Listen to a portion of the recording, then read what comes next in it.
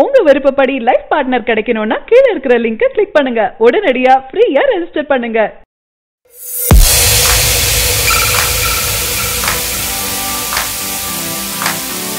ரஜினியின் அடுத்த படம் இந்த இயக்குனருடன் மும்பை செல்லும் முன் நடந்த சந்திப்பு. தலைவர் ரஜினி அவர்கள் முருகதாசுடன் முதல் இணையறாரு. இப்படத்தை லைக்கர் நிறுவனம் தான் தயாரிக்கிறாங்க. மேலும் இப்படத்திற்கு அனிருத் தான் இசையமைக்கிறாரு. ரஜினி 167வது படம். இப்படத்தின் அண்மையில் தான் படக்குழு வெளியிட்டாங்க. படத்தோட தலைப்பு தர்பார் என வச்சிருக்காங்க. முருகதாஸ் சீக்கிரத்துல ஒரு படங்கள் அனைத்திற்குமே வரவேற்பு அதிகரிச்சுட்டு தான் வருது. காரணம் முருகதாஸ் தளபதி விஜயுடன் இணைந்து கொடுத்த அனைத்து படங்களுமே வெற்றி தான். மேலும் கடைசியா வெளியான சர்க்கார் படம் வேற லெவல்லையும் வெற்றி கண்டது. நேற்று தர்பார் படத்தோட படப்பிடிப்பு மும்பையில துவங்கப்பட்டது. இப்படத்துல தலைவருக்கு ஜோடியா நயன்தாரா நடிக்கிறாங்க.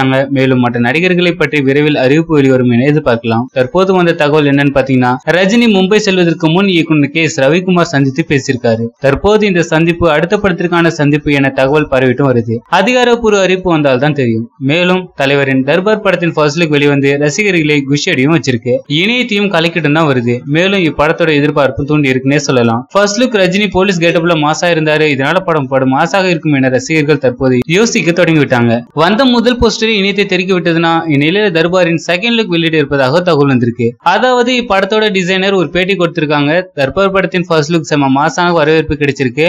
இதற்கு அனைவருக்கும் நன்றி என கூறியிருந்தாரு. பின்பு இதன் டிசைன் அனைத்துமே எனது கற்பனையில தான் தயார் செஞ்சேன். தலைவர் படத்துல போலீஸ் கதாபாத்திரத்துல நடிப்பதால் தான் நான் அந்த போஸ்டரை செஞ்சேன் என கூறியிருந்தாரு. மேலும் இரண்டாவது போஸ்டரை தயார் செஞ்சிருக்கோம். அந்த போஸ்டர் படம் மாசாக இருக்கும் எனவும் கூறியிருக்காரு. அதற்கான வேலைகள் தற்போது நடந்து வருவதாகவும் கூறியிருந்தாரு. இந்த தகவலை அறிந்த ரசிகர்களும் கொண்டாட்டத்தில் இறங்கியிருக்காங்க. அந்த போஸ்டர் எப்போது வெளிவரும் என அறிவிப்பு விரைவில் வரும் என எதிர்பார்க்கப்படுது. மேலும் இப்படத்திற்கு அனிருத் இசையமைப்பதால எப்படியும் பாடல்கள் எல்லாம் வேற லெவலில் இருக்கும் என ரசிகர்கள் அவளா காத்துட்டு இருக்காங்க.